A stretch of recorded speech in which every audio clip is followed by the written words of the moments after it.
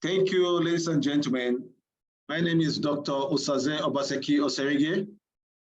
Tonight, in continuation of our program that started some few days ago on disaster readiness and generally called Disaster Management and Certification Program, we want to welcome our guest that somehow, due to network, we couldn't get to hear him yesterday. Is Professor EDWIN Agwisi. He's going to be talking to us about disaster management.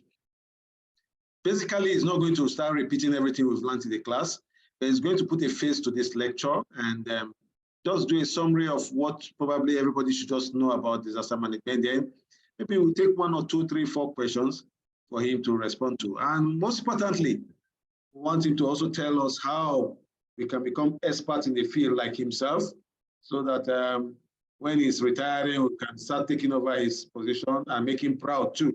So thank you very much for your time, for your patience, for not being able to join the class yesterday, but today you've done so. Tell those that are not here that it is being recorded and they're going to get a copy.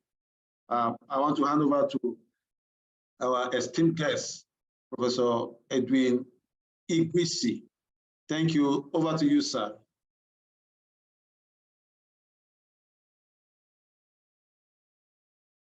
You can unmute yourself now, sir. Good evening, everyone. Good evening, sir. We can hear you. Thank you. It's a pleasure of being with you. And I was supposed to meet with you yesterday. Today, we will see what we were supposed to see yesterday. The first thing I would like to emphasize is the common misunderstanding between hazard and disaster. And I'm sure we all are already clear about the distinction between these two concepts. A hazard is not synonymous with a disaster. We know that a disaster is when a hazard impacts on a community and the community is so overwhelmed that the community don't have the resources to cope with that impact, for which the community will now have to call for external support to assist. So it means, therefore, that hazard is the cause of a disaster. So there are two different things. So which means there can't be a disaster without a hazard. And so what is a hazard?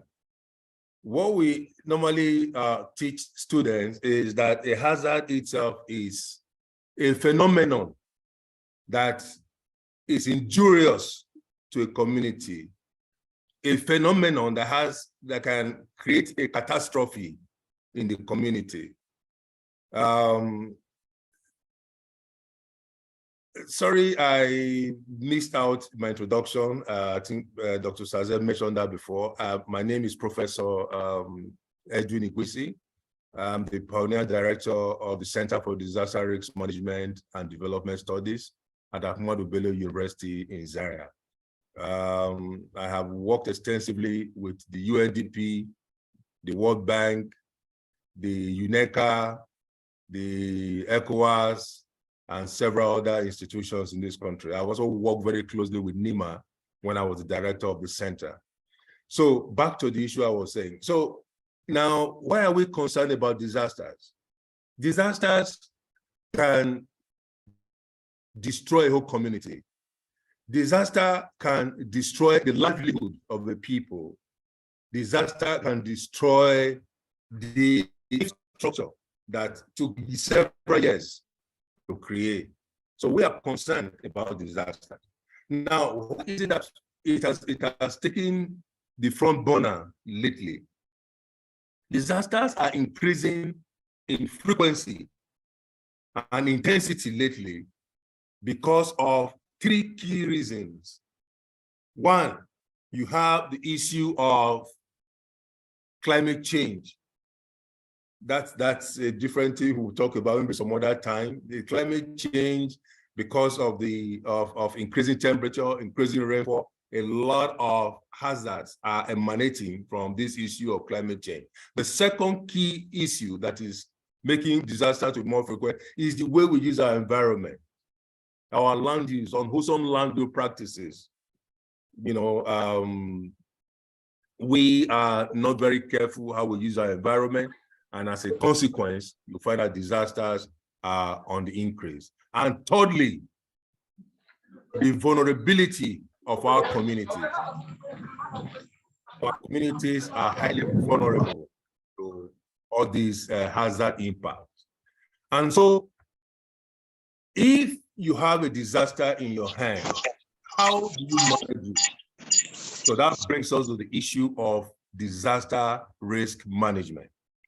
And what we tell students, what we teach students in the university is that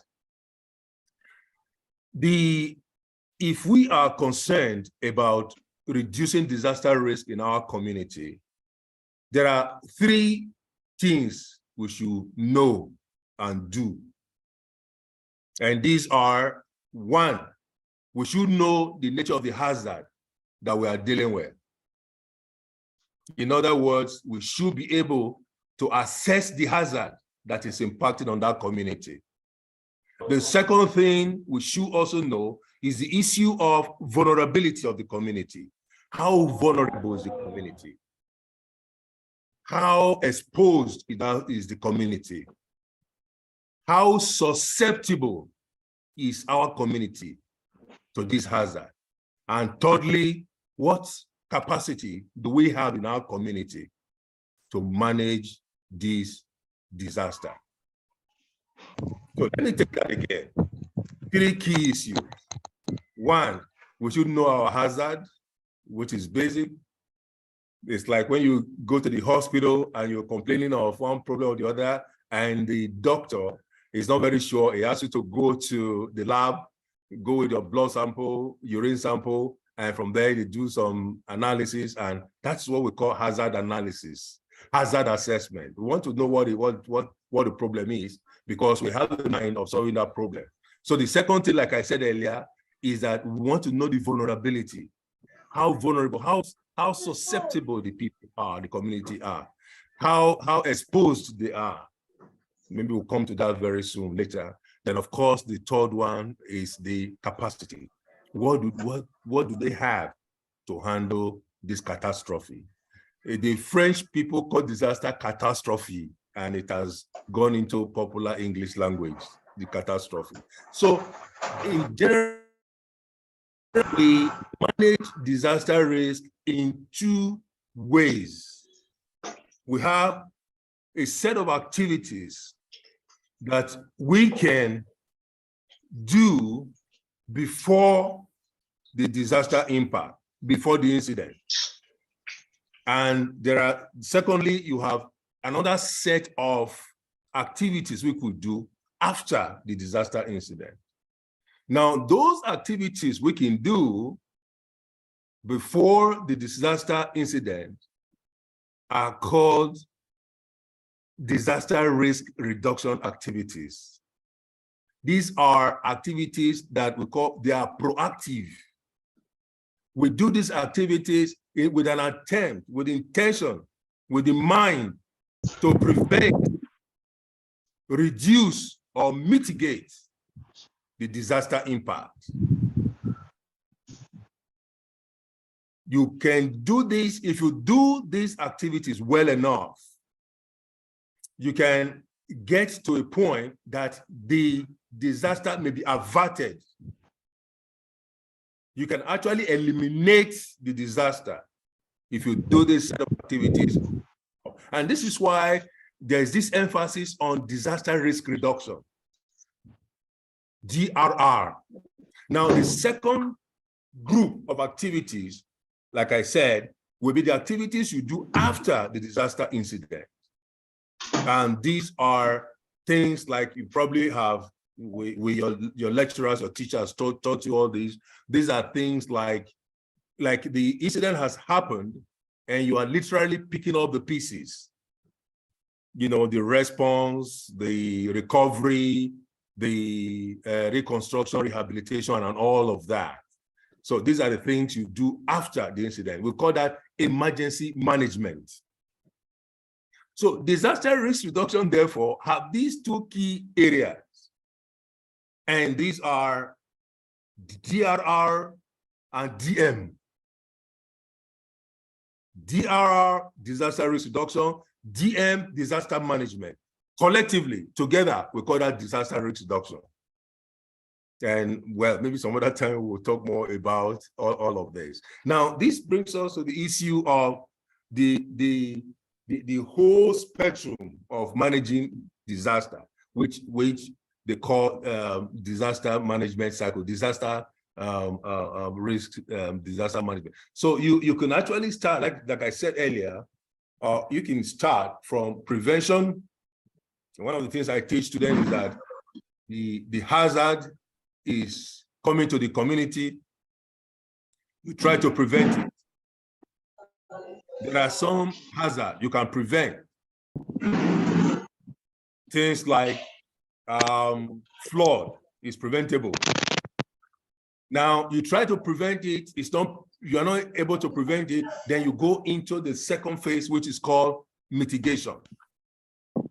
Mitigation is a set of activities that you do to enable you to reduce the possible impact of the hazard on the community.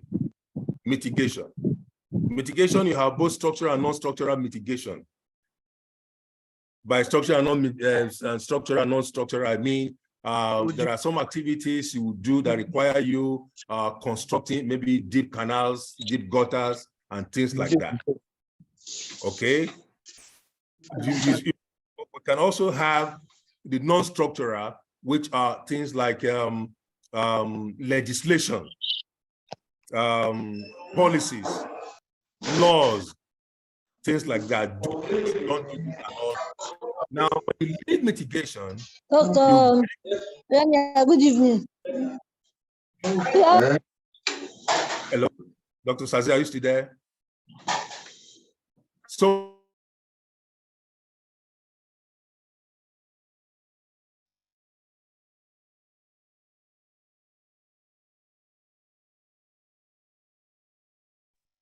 yes, you go to preparedness.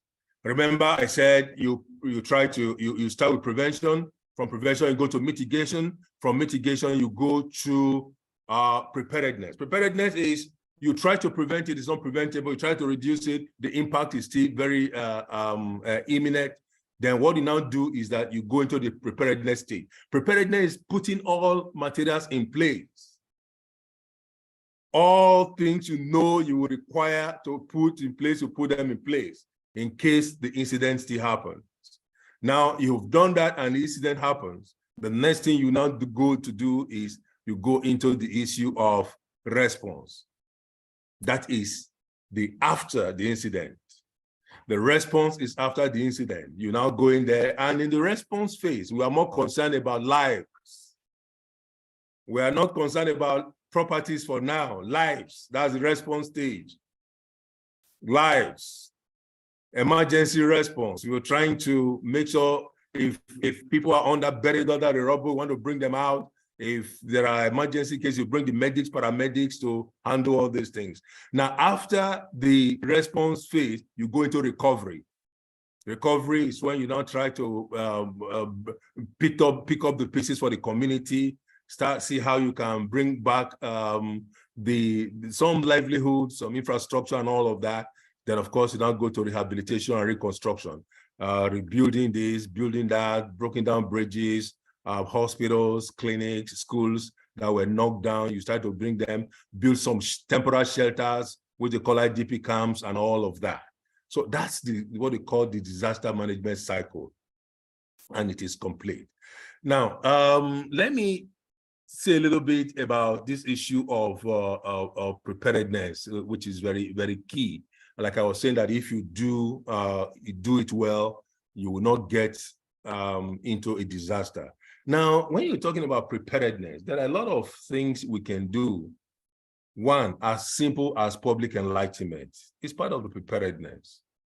preparedness, mitigation, and things like that. And you're talking about development of plans, contingency planning. And you're talking about procurement of essential, both food and non-food items, things that are essential for the emergency phase, in case the emergency phase comes up.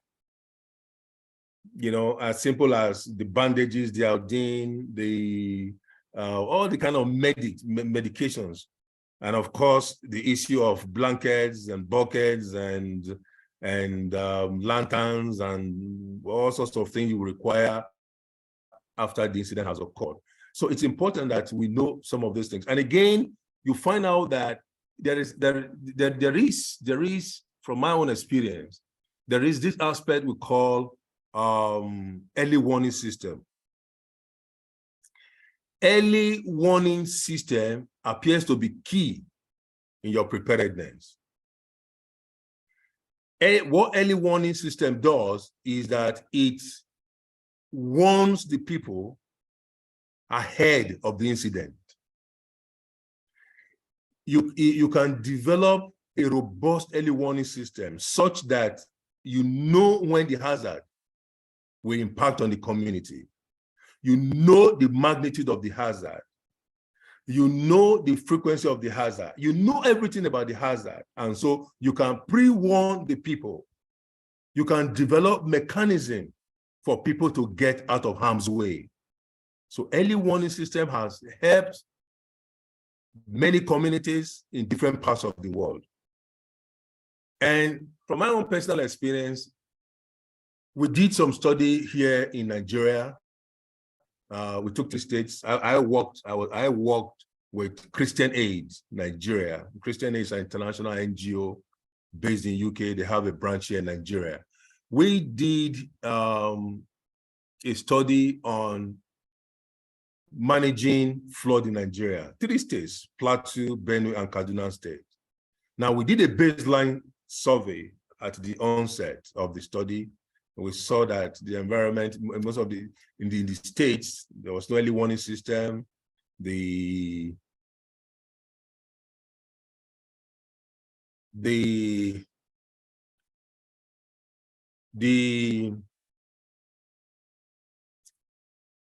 Sorry, I'm responding to somebody's action here.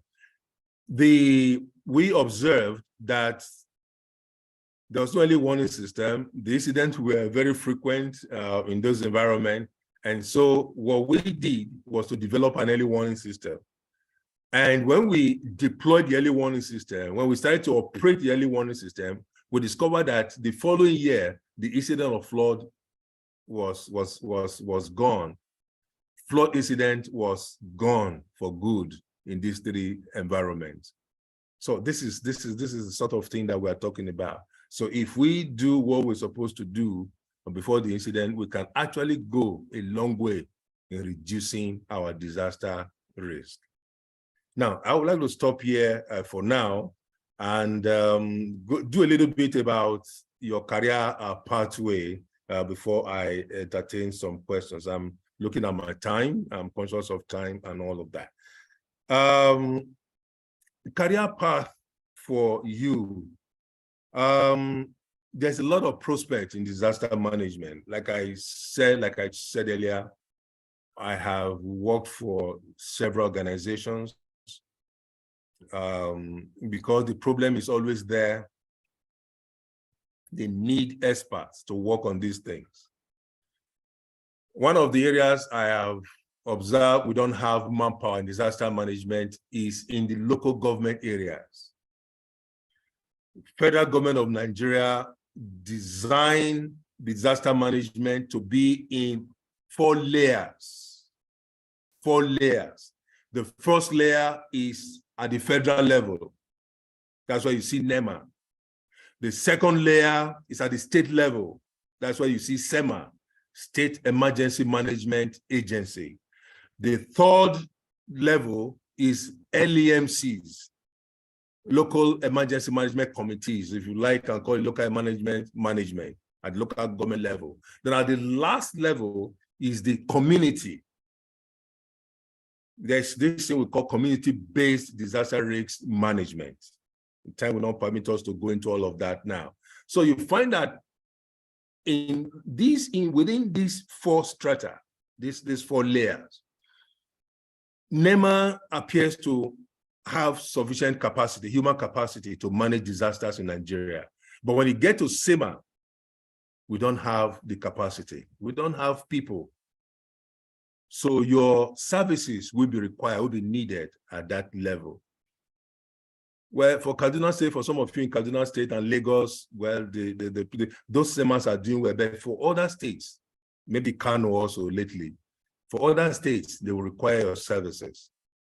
The local government level, we don't have any expert. We don't have experts at that level. And yet, that is where it's more critical. Because we say disaster occur at community levels. Of course, at the community level, we don't even have any. So our intervention in Kaduna State, Plateau State, and Benue State, we try to make the community to be conscious of the need to have experts, people who are knowledgeable in disaster management at that level. And we're able to bring in some experts at that level, and they are working very well. Like in Kaduna State, for example, we developed what they call the DMMP. The DMMP is a stakeholder kind of association where you have people from different sectors of the community, and some who are knowledgeable and some who are still being trained and all of that. So you have that great opportunity. And secondly, you also have career pathway through the NGOs. The NGOs are very active in disaster management in Nigeria. Like I told you, the Christian Aid, for example, is doing quite a number of disaster management activities across the country. Several of them. So they will need your expertise. We also have the international bodies, what we call the development partners. Like I told you, I served as a consultant to ECOWAS, UNDP, UNECA, ECA, United Nations. I think these guys are based in East Africa or something like that. Economic Commission for Africa, yeah. United Nations Economic Commission for Africa. I did some work for them and all of that. So there's a lot of pathway for all of that. You have the, you also have these people, humanitarian, who are doing humanitarian. UNICEF is also working on disaster management. You also have UN OCHA. So if you Google some of these things, you will see some advertising for job placings and space and all of that. So quite a number of things you can do. But again, let me also throw a little bit of caution and advice here. I want to congratulate you for the certificates you were awarded yesterday, and some will be awarded today. But it should go beyond that. You should try and go beyond that. Here at the Ahmadu Bello University in Zaria, we run postgraduate diploma programs in disaster management. We also run a master's degree program in disaster management, and we also run a PhD program in disaster management. Well, I'm not saying you should get as far as a PhD, but if you can get a postgraduate diploma so that you stay competitive, because when you start throwing your applications, in particularly to these development partners, UNDP, UN OCHA, UNICEF, they will want something like, a postgraduate diploma, in disaster management. ABU is not the only place we can do this. There are several, but you have 5 centers across the country representing, 6 centers in 6 geopolitical zones in the country. I know University of Ibadan is also running it for the Southwest. University of Port Harcourt is running it for the South. University of Nigeria, Enugu campus, UNECA, is running it for the Southeast. Ahmadu Bello University Zaria is running it for the you call it the Northwest. Federal University of Technology, MENA, is running for the North Central, while University of Maiduguri is running it for the Northeast Nigeria. Thank you so much. Because of time factor, let me stop here in case we have questions so that we can have sufficient time to go through a couple of questions. Thank you very much for listening. Thank you very, very much, the professor himself. You can all see for yourself that what it took 3 days to run through in the class was done in less than 1 hour.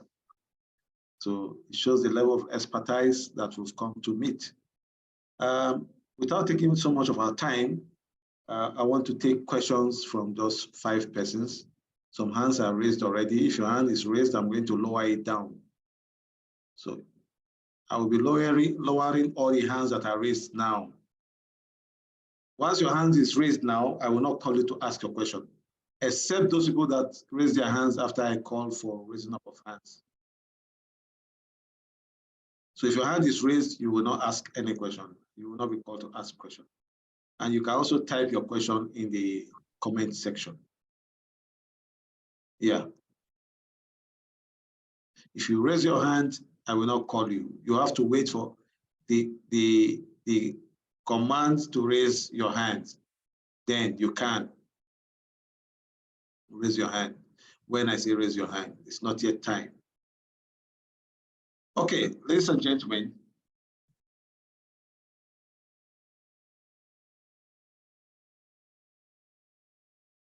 Okay, we are going to just take 5 questions. And Mustafa, I will not call you. Yes, we are taking 5 questions. And from those people that will raise their hands right now, I just need 5 persons to raise their hand. Please don't repeat any question. Don't repeat any question. I know I'm going to see a lot of hands raised, but you are just picking 5. Ifo. Please, once you want to ask your question, just 1 minute and straight to the point. And we're going to create a Google form. For the sake of the thousands of people that are not here, we have close to 4,000 people that are not here. We're going to create a Google form and send to all the classes so that you can ask your question in the Google form. We'll hand it over to Prof. And I want to believe that Prof will be fully involved, though I'm yet to discuss that with him, but I want to believe that he'll be very happy to know that we are also going to form a group of volunteers from this training and subsequent training we'll be having. So don't worry if your question is not answered here or if you cannot ask your question. Okay, Ifeoma, I4, please. Fast, over to you. Ifeoma, you raise your hand, but you're not saying anything. Unmute yourself. All right, good evening, everyone. Good evening, sir. Good evening. Okay, I want to know if tonight's class is being recorded for the benefit of those that could not join. Sure, okay. Sure, it's being recorded. Okay. Thank you. Okay, okay, thank you, sir. Okay. Okoro for Alexander.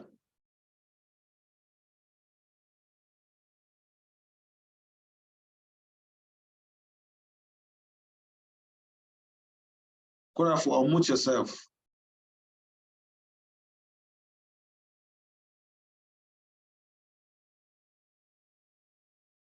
Okay, I think Korafu is not ready for us. Uzairu Dauda.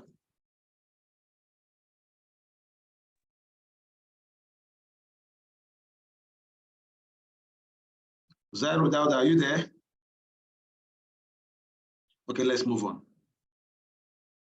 F. Ziba Aguaniru. Yeah, good evening to you. Evening.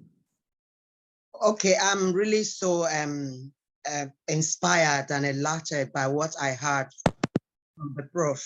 I want to ask, is there any way the Prof can help us much more to get into some of these NGOs, you know, because the essence of this is actually to be part of this, you know, if there is any way we can be helped to get into practical aspect of this.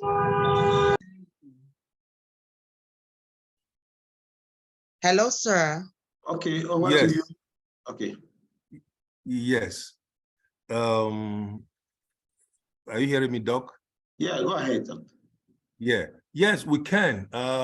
Certainly, there are a lot of NGOs that are looking for people who have the requisite qualification, the interest to do this work. There are quite a number of them, and we can do the link. We can link you up, and I'm glad that we have this platform. And from this platform, we can pull a lot of resources from this platform and give to the NGOs. There are quite a number of NGOs that are looking for people who have the knowledge that you have acquired. Yeah, it can be done. We can do it. Thank you. Thank you so much, Okay. Thank you, Professor, for that sharing news. As we can hear, we all have something to look forward to. It's not just all talk and talk. What I like about this program is that we are going to swing into action as soon as possible. And good enough, he mentioned the local government and the communities where our services will be needed.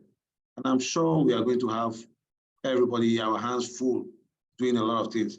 And one thing we are going to ask Prof for is to give us the professional advice in departmentalizing our activities into preparedness and all the other sections so that we have people divided into these different sections. So you specialize in a specific area, and it makes it easy for you to actually get hooked up by some of these NGOs and others. And one more thing I want to add here is that we'll be doing a seminar very soon for you on how you can actually get a job with United Nations or United Nations volunteers. And apart from that, you're also going to be taught on how to upload your profile on these two bodies, their HR profile database, so they can always call up on you anytime. And added to what the Prof is going to be doing for us, I think you are already on your way to what you want to become. Okay, Haruna Emmanuel Edogo. Good evening, sir. Good evening. It's been a wonderful time. I think this meeting has actually, like you said earlier on, done an icing to the entire training. I want to ask if it's possible for us to get materials that we can study on our own. Okay, yeah. If one can get study materials that we can refer to on our own, sure. For further studies and training, those personal learning, so that we can improve on what we have already learned. Sure, yeah. We'll be providing you further materials for further learning. The one you just did now, maybe by tomorrow, before Wednesday, don't worry. Yes, each person will be contacted with a link so that you can just wake up anytime to go and read them. Wow, that'll be great. And don't worry, you'll be shocked at all the things that will be hitting you very soon. You might be asking us to even slow down. Wow, that'll be interesting. Thank you, sir. Okay. Olatubosun Abdulaziz. Hello. Yes. Good evening, sir. Good evening. Thank you for this opportunity, sir. Thank you. Thank you. Yes, my question for Prof. He emphasized so much about warning systems. Yes. But what I didn't hear him say is talk about how can we actually develop a robust and effective warning system. Thank you. Over to you, Prof. Yes, early warning system, developing an early warning system, it's a little bit technical. It's not something I can talk about in 2-3 minutes. I just mentioned early warning system. You can develop early warning system for a variety of hazards. Now, let me give you a very simple example. One outside the country and the one we did locally. If you are current with the international news, you will know that from the months of June to about August every year, the United States of America, for example, is impacted by hurricane every year. It's an annual thing. It's a seasonal thing. Now, what the United States of America did is that they developed a type of an early warning system that enables them to know when the hurricane starts from the Atlantic Ocean and propagates towards the coastal area, the mainland United States of America. So they're able to plot the pathway of the hurricane as it moves from the ocean into the land. And so they're able to warn people who are likely to be impacted along that track to move out of harm's way, because you can't stop a hurricane, because this is a storm, is an atmospheric phenomenon. We put it in the group of hydrometeorological phenomenon. You can't stop it, but you can warn people if you know what is happening and where it is coming from. So they have been able to do that using the satellite technology. We call it the NOAA satellite. So the satellite is able to monitor the hurricane from the time it develops and through the whole path as it goes into the mainland. So that's a form of an early warning system that has worked for them. In Nigeria here, we also develop an early warning system for flood. Like I said, my experience with these 3 states of Kaduna, Benue, and Plateau State. What we did was to put some gauge, what we call a stream gauge, in some rivers that were notorious for this flood thing. And from there, we're able to monitor the river level to the point when it becomes a hazard to the community. And people are warned that, look, henceforth, this river is going to, the level of water in this river is going to get into the community, and so people should move and all of that. But you see, to do a robust early warning system, you have 4 key components. The first one is you have to be able to monitor or assess the hazard itself. Secondly, you have to be able to, there has to be a way of getting this information to the people. It's not enough, like I was talking about the NOAA satellite in the United States of America, for those who are doing atmospheric analysis and all of that, keep the information to themselves. No, you have to have a way of taking this information to the people who will put them together and let it become public, in the public domain, so that people can react. The third part of it is there must be a way of helping people to get out of harm's way. That's why the emergency management people come, people like you will now come in. The information gets to you that, look, in this environment, we're going to have this kind of catastrophe and people should move in. Then, of course, the last stage is when you tell people to move, where do they move to? I was in Benue State some time ago, part of this thing I was talking about, and we met some community people somewhere, I think what they call this place in Benue State, in Makurdi area. I just forgot about the name now. And I say, okay, fine. They see the river Benue at the beginning of when the river is coming up, and they are told to move, but nobody tells them where to move to, and where are the facilities, where are the materials to move and all of that. So the early warning system, it's really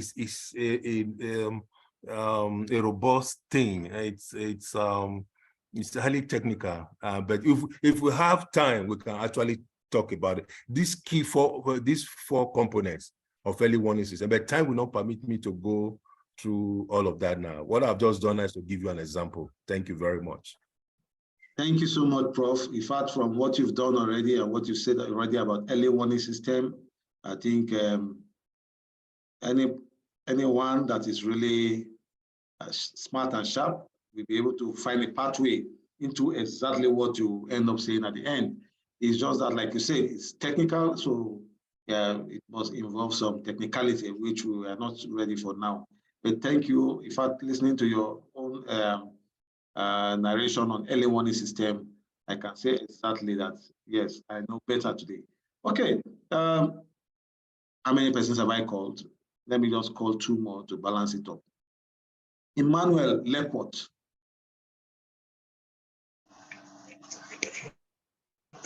Good evening. Good evening, sir.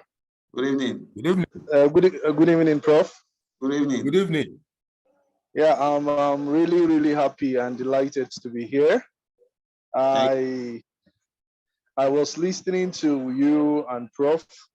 I'm just happy because I'm a geologist. Wow. And I'm a geologist, did my master's in environmental resource management. So when they're talking about disaster, I was so happy. Because after seeing the natural disasters and a lot of things, you're trying to do the management of the environment, and now there's disaster coming, you want to manage. So I was so happy.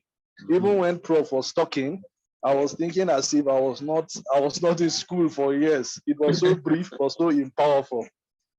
So I just, Prof, there are some few questions I want to ask based on disasters.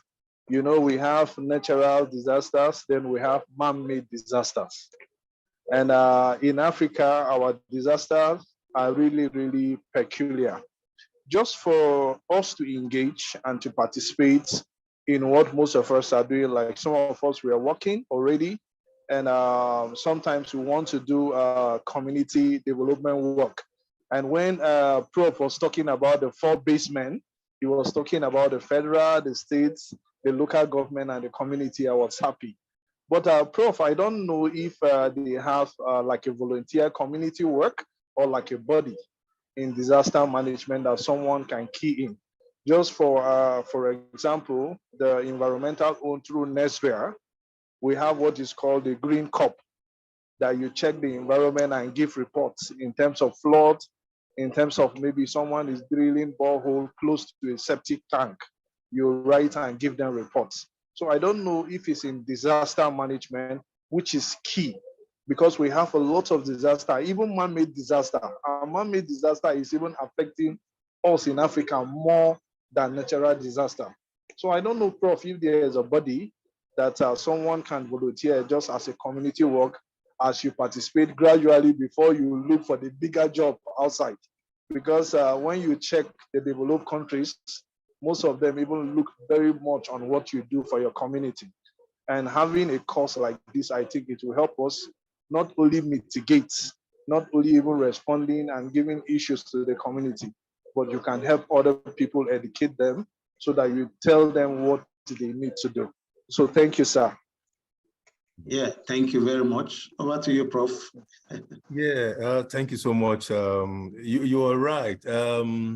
We don't have in our country, we don't have many volunteer organizations or establishments. Maybe because of our economic status. Because when you talk about volunteer, it looks like you are doing the work without pay. But I know, and the youth, the young ones may not want to get into that. If you are doing something, you want to be properly remunerated and be paid for what you are doing. That is why the volunteer thing is not very popular in Nigeria. However, I know that NEMA has this volunteer group. They have this volunteer corps. What they do is that every year you have, when the corps come, the National Youth Service Corps personnel come, they have these volunteer group. The NEMA have actually tried to sell this idea to the people, but it's not really working because, like they say, corps comes and corps goes. And it looks like it's only the corps that are working for NEMA that are into this volunteer corps thing like that. You see, we try to bring this volunteer thing into the 3 states we worked on, the Kaduna, Benue, and the Plateau thing. Like I said, we created this thing they call the DMMP and the the DMMP at the state level and the CDMMP at the local government level and the community level. And like I said, is a stakeholder, everybody who is interested in this. And people are working and they're not really getting paid, but people are happy doing this thing. So it is possible. Right now, there is no organization or maybe government organization or NGO that is actually spearheading this thing or managing these things. But we on our own, we can start the process. We can start or sell the idea to some of these NGOs, at least so that we can get some, people can be mobilized and resourced. You know, people need to be resourced to be able to move around and call for meetings and move around and do stuff. The possibility is there, but it's not been really explored in Nigeria as we have in other parts of the world. But it's a very good one. It's a good one. Thank you very much. Yeah, thank you very much, Prof. Sorry, I'm waiting for them to put on the light in the office. Yeah, talking about volunteering, just what like what the Prof said. If you remember, part of the thing we discussed is that after this program, we are going to form a international volunteer, disaster volunteer group. And we'll bring in that to Prof. Very likely is going to further us on how to go about it, creating departments and sections, and going to all the various areas that will need our services. So it's basically something that is going to develop, metamorphose into something big. He has already told us, and I think we have something that is going to come up big about volunteering. We have a course titled International Volunteering, we'll be running for the past 4 years. And it has helped a lot of people appreciate what it means or what it looks like to volunteer, both at home and abroad. And I want to believe that this very training, last time we had a training on climate change, the interest was overwhelming and people really, in fact, from all over Africa, we had students. And even here, we have students from different parts of Africa and other countries. They're all here. And it's not going to be too easy to pick them out. But for the volunteering, we will start, after creating it, yes, we can have people from different parts of the world, but we will start proper from Nigeria. This is charity begins at home. Then it can expand to other African countries and we take it up from there. Yeah, thank you very much. Okay. I can see hands everywhere, but Gladys Amiadame.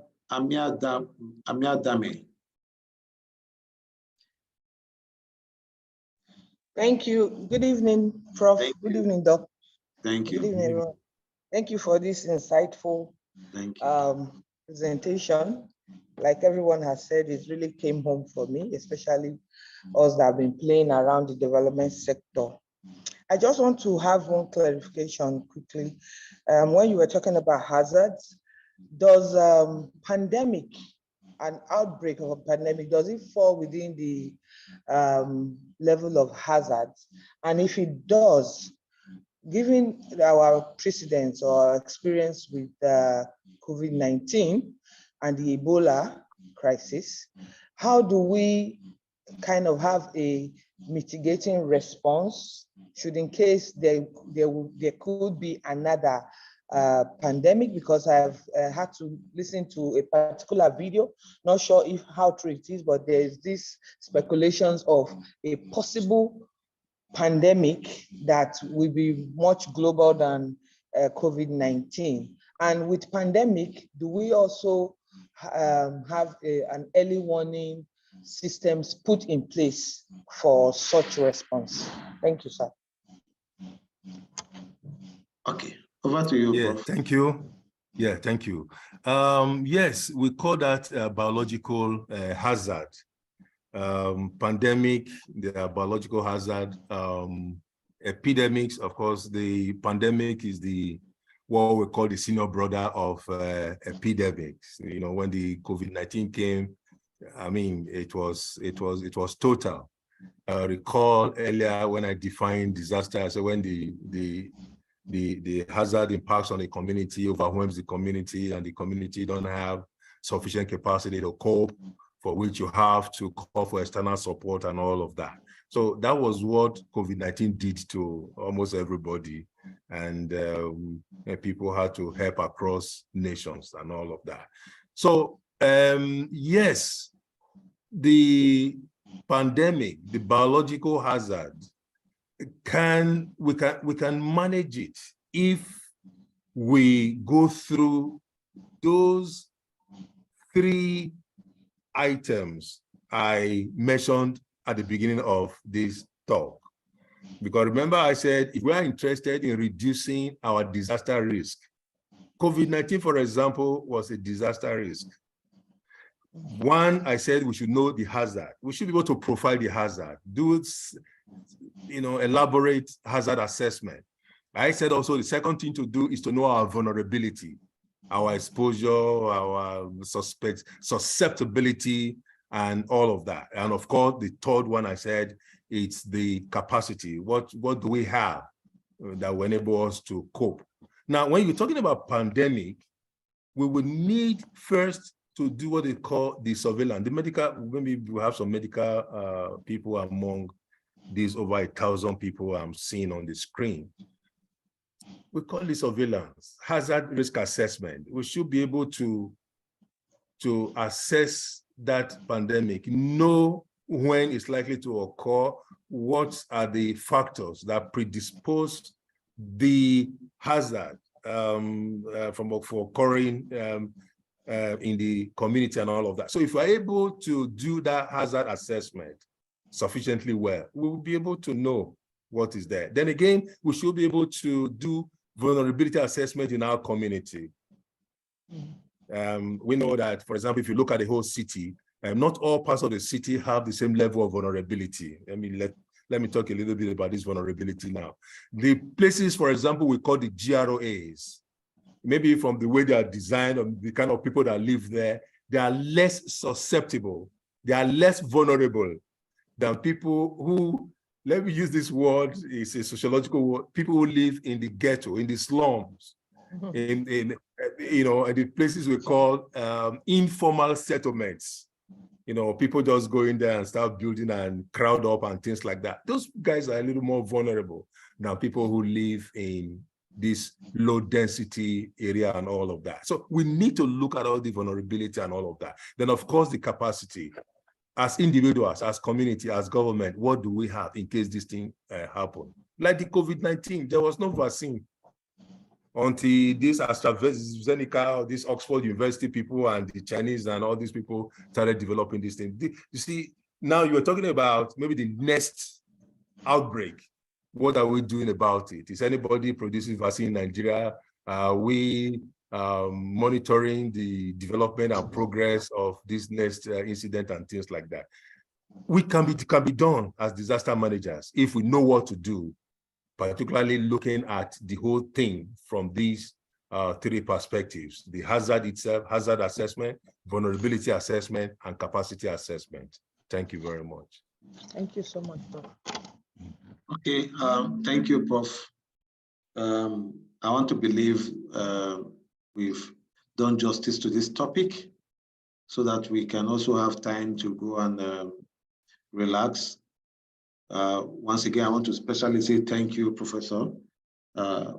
Clearly shows that you are an authority in this field, and we'll always run back to you from time to time, more often than before, to get solutions, advice, and other good things from you as far as this area is concerned.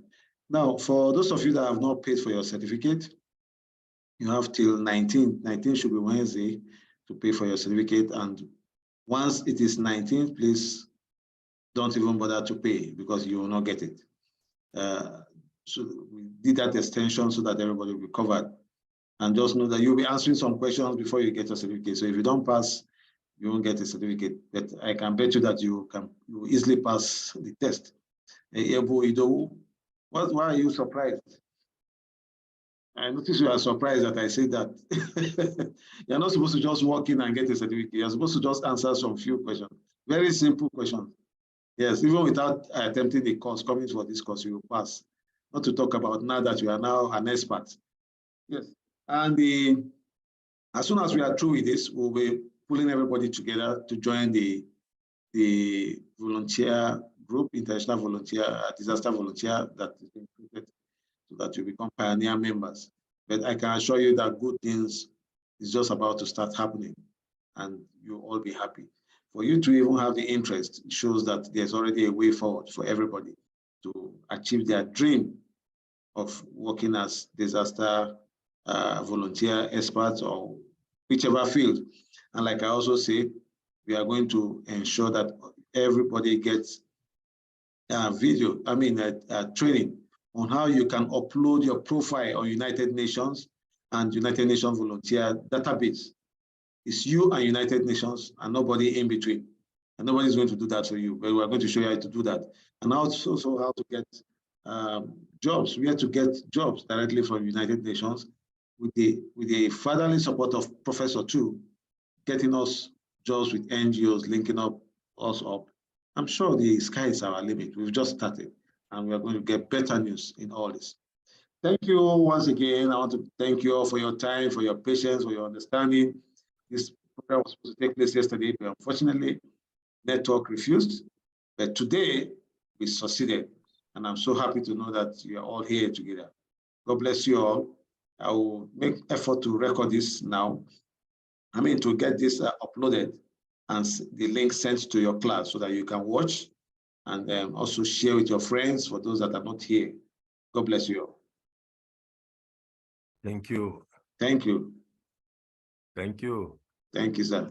Thank you, everybody. Thank you very much. Thank Good you. night. Bye-bye.